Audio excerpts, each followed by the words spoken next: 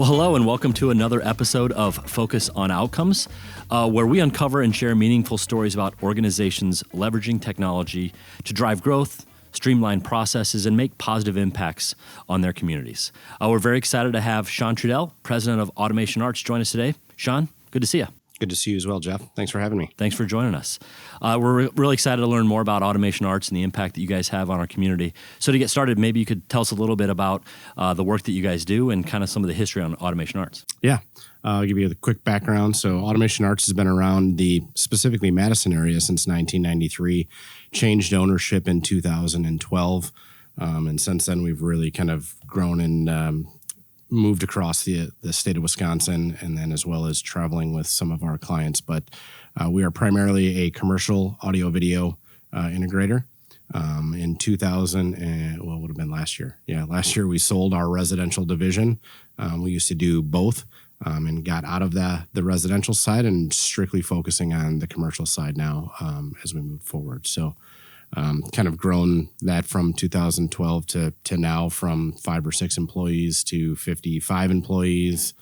And then obviously, like I said, servicing everywhere across the nation. We typically go with our clients that have different offices across the nation.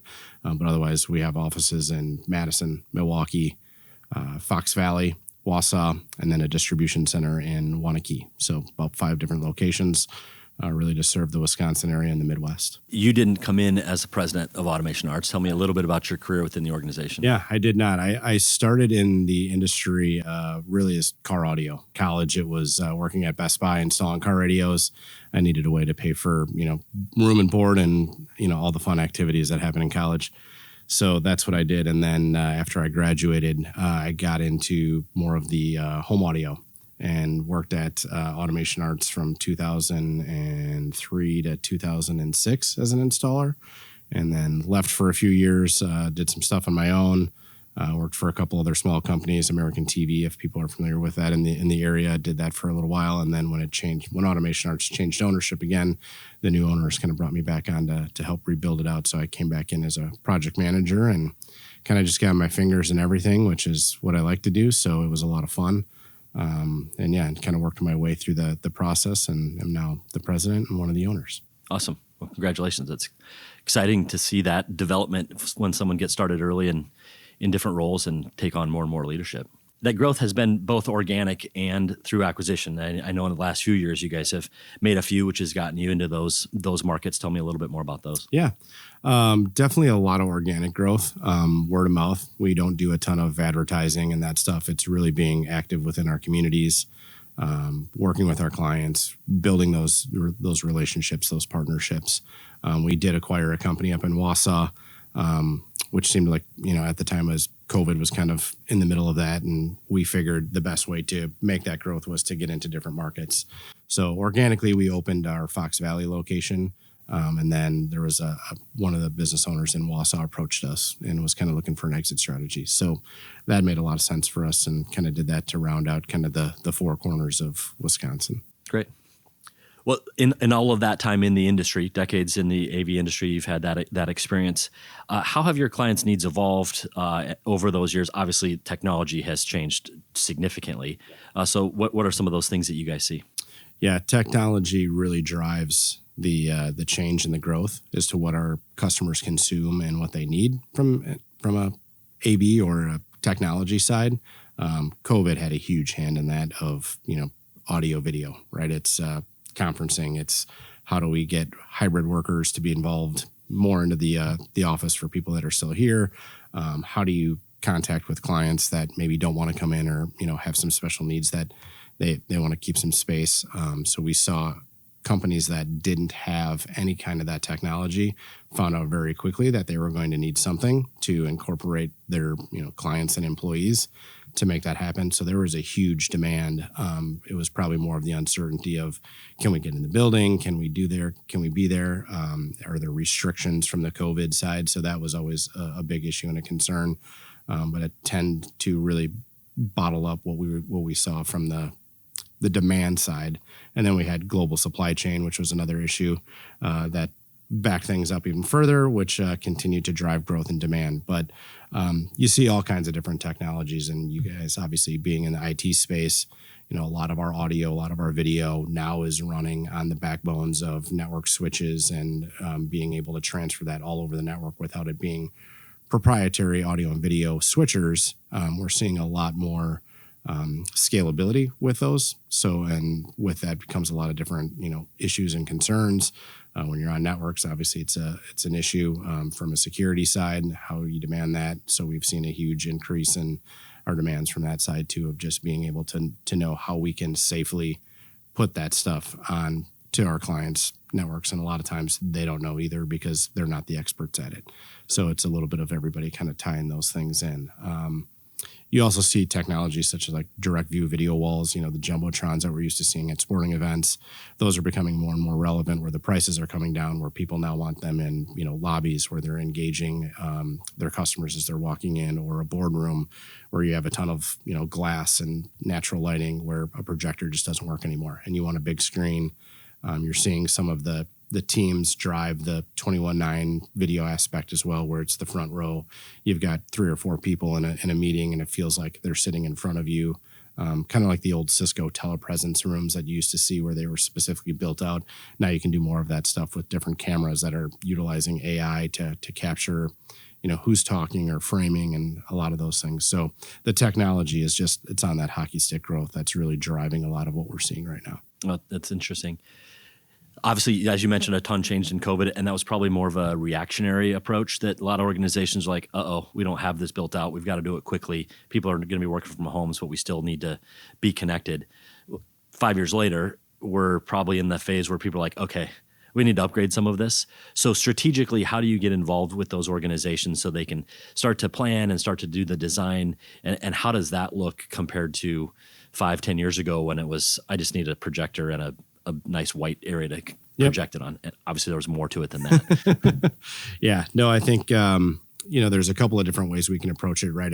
If a client is building out a new office space, they typically have an idea or design of something of what they want to do. They'll either hire a consultant to build an RFP, and then that'll go out to bid, or what we really like to do and prefer is, be in that design build space, right? So build a relationship with you, really understand your needs. So as we go through that process, it's coming in, identifying the rooms and or functionality that they're looking to get out of those rooms, and then really meeting with some of the end users or people who are going to be using them to really make sure that we're understanding the needs and the functionality. Because I think that's what we saw a lot, and what's changed a lot of what we do is that people would want a lot of these different functions, but not really ask the end users how to use it or how they wanted to use it. And then when we deliver it, they're like, well, this room doesn't really do what we want it to do. We want it to do this or this or this. And so then you have all of these changes. So it's really identifying, the end user's needs, and then coming up with a really good plan that's where our team will sit down with them and our engineers and put together a plan specifically for those rooms to figure out how they're going to utilize them. And where we used to see a lot of the preference or, the emphasis be put on that main big boardroom, you're seeing a lot more of like those small to medium sized conference rooms, the huddle rooms, where people can go in, or 3 or 4 people, and have a quick meeting, be collaborative, share something. It's not just the PowerPoint presentations on financials or the investor pitch, right? It's how can they utilize day-to-day activities, right, to drive some of that workplace culture, and then how they're getting their efficiency through work and what they're doing. It's just interesting how in 5 years that technology was in a conference room, and now it's people use it at their desk and then transition to a conference room, and different expectations. And I would assume that pace of change has increased significantly. Yeah, it's huge. And you see a lot of it too, where it's like a lot of the open space was, or, cubicles and those type of hotel offices were the drive, and then COVID hit, everybody kind of vacates, and now you're seeing a lot of those people start to come back. And so how do they utilize those spaces that maybe aren't ideal, where they can still use them now from their computer, or, hey, we've got 3 or 4 people joining this one. It might make more sense to jump in a conference room, and we can do this, but still get, Jim and, Barb involved from who are not in the office, right? How do we dial them in, but make their experience feel like it's good, right? I mean, we've all struggled with the computer where it's, we did it right here. Oh, the microphone's working, the speakers aren't working. I can hear you, I can't see you, right? And so trying to make that, very seamless and easy to use for employees is part of their day-to-day too, right? It's that utilizing that technology can be frustrating. They're trying to get a job done and they're tasked with getting a job done. So having the ability to utilize the technology where they feel comfortable and confident in it is going to drive their happiness at work long term. Those have to be fun projects for your teams to get involved in. I mean, it's not just building out a nice board in a boardroom, but like really starting to understand how organizations get work done, and having a part of that, I'm sure is rewarding. Yep, absolutely. Especially there are some companies too that really want to monitor and drive and understand how the technology is driving some of that innovation or some of that return of investment.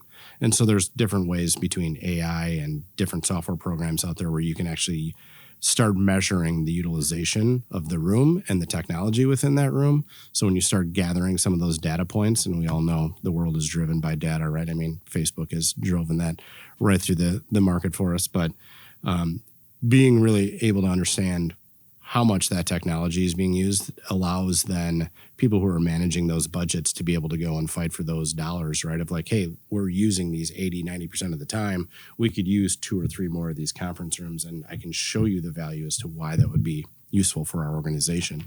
That's immense for those people. Yeah, because along with the technology enhancements, the price didn't, in an opposite way, go down.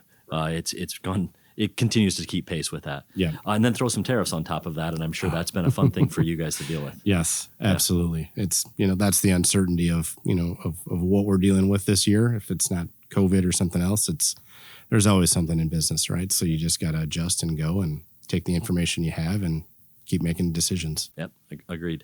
You mentioned cybersecurity earlier.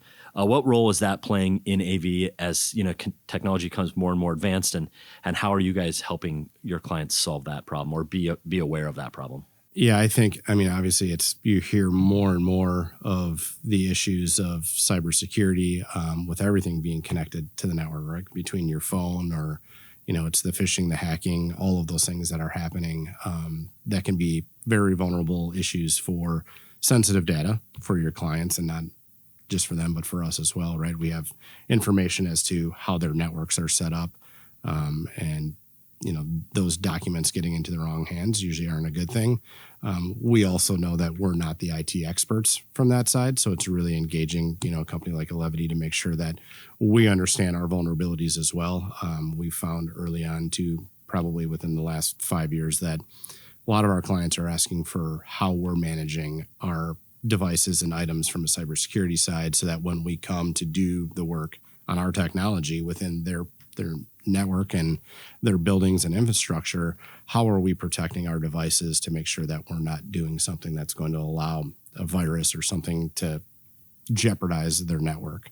And I think a lot of it, for me specifically, is over my head, right? I don't understand all that details. And so it's having trusted people that we can rely on to make sure that we're doing the right things and protecting our clients and setting them up for success as well. Yeah. You can't just say we put masks on our laptops when we come into your office and call it quit. Okay, yeah, sorry. Exactly. A lot of hand sanitizer on the Ethernet cables. Speaking of kind of the work that you guys do in the community, I know you've developed an apprenticeship program. Tell us a little bit more about that. We started this program kind of right as COVID was hitting, which was a bummer because that was like our main initiative in 2020 when COVID hit. But we always felt like there was always a lack of talent that we could find for the audio video industry. There's not a specific trade school or vocation school that you can go to go, I want to be an AV installer. Madison Media Institute had something. They obviously went out of business. And so we did have a lot of talent that came from that pool, and so kind of saw that need. And when it dried up, it was like, all right, how do we do this on our own to bring some awareness to the industry and get people in and get them excited about it? So we created a 6-week training program where we can bring somebody in and really just kind of get them ingrained with the industry, right? So they'd spend a week in our sales department, spend a week in our engineering department, spend a week in our project management department, install, service, right? And the idea was then to get them enough information to understand the industry, to understand our company, and then kind of look at like what does an internship or an apprenticeship look like for them to be an entry-level installer. And we felt like understanding the whole process start to finish would help them understand why they're doing the things they're doing in the field. So we had a couple of really good candidates that came through and did that. We're still utilizing the program now, but it's, we've kind of seen the last year or two, there's been a little bit of a slowdown in the market that has slowed that a little bit for us. And so we're trying to bring that back again and continue to focus on it. But more than anything, it's how do we get that awareness out there, right? How do we get people to get excited about our industry? And I think about, my son who's 16, going to be 17, and it's like, what do you got to start thinking about college. What do you want to do when you graduate from high school? Do you want to work with your hands? And I'm finding myself like trying to teach him all of the little things that I'm doing around the house now to get him to process some of that, right? And then I think about how do we translate that back to our industry? How do we get people that have no idea what we do excited about what we do, right? Because you can go be an electrician, there's apprenticeships, unions, all kinds of stuff for that, plumbers, HVAC, all of that, but not our industry. And probably similar for IT. There's vocation schools that you can go to get those certifications, but how do you get your hands, dirty? How do you figure it out? How do you start working in it and really gain that real world experience? And so that's really what we're trying to do with this, and continue to just see if it grows. And we've had some good success so far. Good. That's great. The future for all of our organizations is good people, right? And trying to figure out how to find them at early stages and get them hooked into the culture. And, eventually maybe one of those people that comes through the apprentice program will, replace you when you're ready to golf full time. Yeah. I think I'd rather hunt and fish than golf. Sure. I'm better at that. Whatever you want to do, right? It's good to have options. Yeah, exactly. So thanks for all of that. Very interesting to learn. Obviously, Automation Arts is a good partner of ours, great customer of ours. And I think we see the world and how to put the clients in the middle of what we do as kind of a core function of ours, which I think is why we've had good success working well together. So appreciate you coming in. Absolutely. We're going to switch to the unfocused portion of our conversation, a little bit of rapid fire questions. I'll ask these, kind of first thing that comes to your mind. We'll have a little fun with this, hopefully. Yep. So number one, what were you afraid of as a child? The basement. The basement. Yeah. Did you have like one of those little older houses with like one of those big creepy fire furnaces with all the octopus arms? I had an older brother. Oh, that was about 15 years older than me. Okay. That would babysit us and did a lot to scare us on a daily basis, between jump scares and masks and him and his buddies playing tricks on us. So yeah, that I often blame him for, no 40-year-old man should run up the stairs from the basement. I still do. So you never know what might grab your foot. Exactly. I've seen enough movies. Yep. If you had to change your first name, what would you change it to? Vince Lombardi. Okay. I was thinking Vaughn, but okay. Ooh, if we mix those two, right. One of the greatest football coaches and probably one of the better actors that I would relate I think so, to. of our era. Yeah. I would go with that. Double-edged sword there. If you could have any superpower, what would it be and how would you use it? The ability to read books in the matter of seconds, just because I like to consume knowledge and information. And I think my inability to be patient to read through a book is why I don't read as many books. So if I could read them faster and comprehend all that, that would be it. Because I think then I could do a lot more with that knowledge.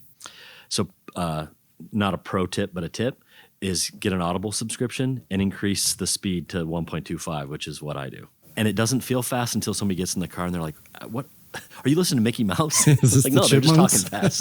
Yeah, exactly. Great way to do it. Yeah, the Chipmunks. What's your go-to lazy dinner? Culver's. Okay. Mainly because my kids love it. And what's your standard order? The Culver's Deluxe Burger. Bacon? No bacon. Oh, well, okay. Yeah.